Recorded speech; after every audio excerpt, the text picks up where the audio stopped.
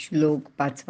न चमस्थानि भूतानि पश्य मे योगमेश्वरं भूतभृन्न च भूतस्थो मम आत्मा भूतभावनः.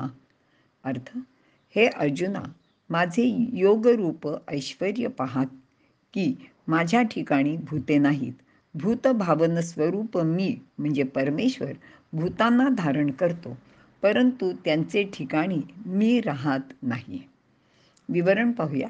या ठिकाणी म्हणजेच श्लोक 4 व 5 मध्ये परस्पर विरोधी विधाने भगवंताने केली आहेत की काय असे आपल्याला वाटते, पण ते भगवंताचे म्हणणे आहे, ते खोटे असणार नाही. म्हणून त्याचा अर्थ आणि त्याची सुसंगती आपण खालीलप्रमाणे पाहूया. जसे कलावंत मूर्ती घडवतो तसे मात्र हे विश्व घडत नाही.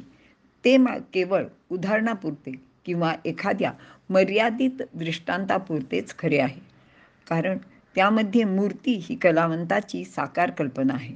कलावंताने आपल्या कल्पनेने मूर्ती घडवली, परंतु त्या मूर्तीत तो कलावंत नसतो.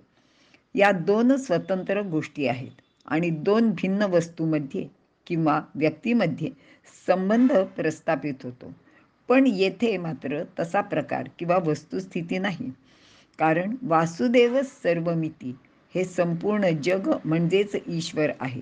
अनेक रूपे विश्वंभर ह्या भूतलावर अवतार घेत असतो.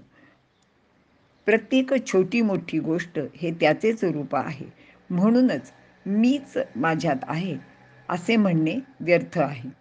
मात्र परमात्म्याचा या जगाशी संबंध कसा आहे व ज्याप्रमाणे कसा आहे, तर ज्याप्रमाणे सूर्य व त्याची प्रभा आहे तसेच हे आहे. म्हणजेच हे सर्व जग हे त्याचे ऐश्वर्य योग आहे. म्हणूनच ज्ञानदेव सांगतात की यालागी मजपासूनी भूते आने नभती निरुते आणि भूता वेगळिया माते कहीच न मनी हो. वरील विधानाचे अधिक स्पष्टीकरण पुढील प्रमाणे आपल्याला सांगता येईल. येथे भगवान श्रीकृष्ण सांगत आहेत की तो देहधारी कृष्ण नसून तो परमात्माच आहे. म्हणून ते सांगत आहेत की आत्मतत्वातच भूते वसलेली आहेत. त्या आत्मतत्वाशी भूते संबंध ठेवत नाहीत. ते आत्मतत्व कोणीच ओळखत नाही. म्हणजेच भौतिक पातळीवर एकत्र राहणाऱ्या पण एकमेकांशी संबंध नसलेल्या अनेक माणसांप्रमाणे भूते व कृष्ण म्हणजेच ईश्वर यांचे नातेसंबंध असतो. काही वेळा आपण म्हणतो की एखादा माणूस म्हणजे त्यातला फक्त जन्म देण्यापुरताच त्याचा संबंध आला आणि नंतर मात्र त्या माणसाचा आणि त्या जन्म घेणाऱ्याचा काहीच संबंध उरलेला नसतो किंवा त्याचे काहीच नाते उरलेले नसते. अगदी तसेच इथे आहे. भगवंत जगाला निर्माण करून त्यांचा प्रतिपाळसुद्धा करतो, परंतु तो या भूताशी एकरूप झालेला नसतो आणि भूतेही त्या परमात्म्याशी एकरूप होत नाहीत. प्रत्येकाला आपले स्वतंत्र अस्तित्व जपायचे असते. स्वतःचे वेगळेपण जपण्याच्या नादात आपण त्याला म्हणजे त्या भगवंताला किंवा परमेश्वराला विसरून जातो. इथे आपल्या व्यवहारातलं उदाहरण असं सांगता येईल की जसं आईचं आणि मुलाचं असतं. आई त्या मुलाला जन्म देते, त्याला लहानाचा मोठा करते, त्याला सगळं काही व्यवस्थित वाढवते आणि मग ते मूल मात्र मोठं झाल्यावर आपल्या स्वतंत्र विश्वात आपल्या संसारात मुलाबाळांच्यात रमून जातो आणि मग हळूहळू तो आईलासुद्धा विसरून जातो. कदाचित असे घडते की आई आणि मुलगा लांब किंवा वेगळे राहत असतात, पण एखाद्या ठिकाणी असेही आपल्याला दिसते की आई आणि मूल अगदी एका घरात राहते, पण त्यांचा भावनिक संबंध उरलेला नसतो. ती मुलं त्या आईशी दिवसभरात बोलतसुद्धा नाहीत, असं आपल्याला अनेक ठिकाणी पाहायला किंवा अनुभवायला मिळतं.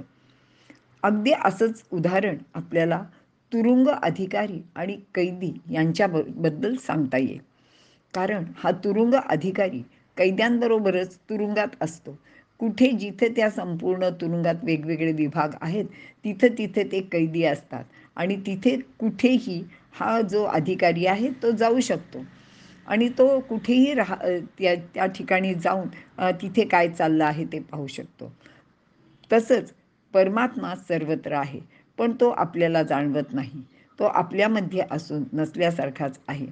आणि हे जरी खरे असले तरी आपण सर्व त्या आत्मतत्वात वावरत असतो, असे भगवंत पुढील श्लोकात सांगत आहेत. म्हणजे तो जो तुरुंग अधिकारी आहे तो सगळ्यांच्यात वावरत आहे, पण तो कैदी नाही आहे, तो स्वतंत्र व्यक्तिमत्व आहे आणि त्या सर्वांच्यावर लक्ष ठेवणारा असा तो अधिकारी आहे. आणि तसाच हा भगवंत आपल्यापासून वेगळा जरी असला तरी तो आपल्या सर्वांवर सातत्याने लक्ष ठेवून असतो, असे भगवंत इथे सांगत आहेत. आपण इथे थांबूया.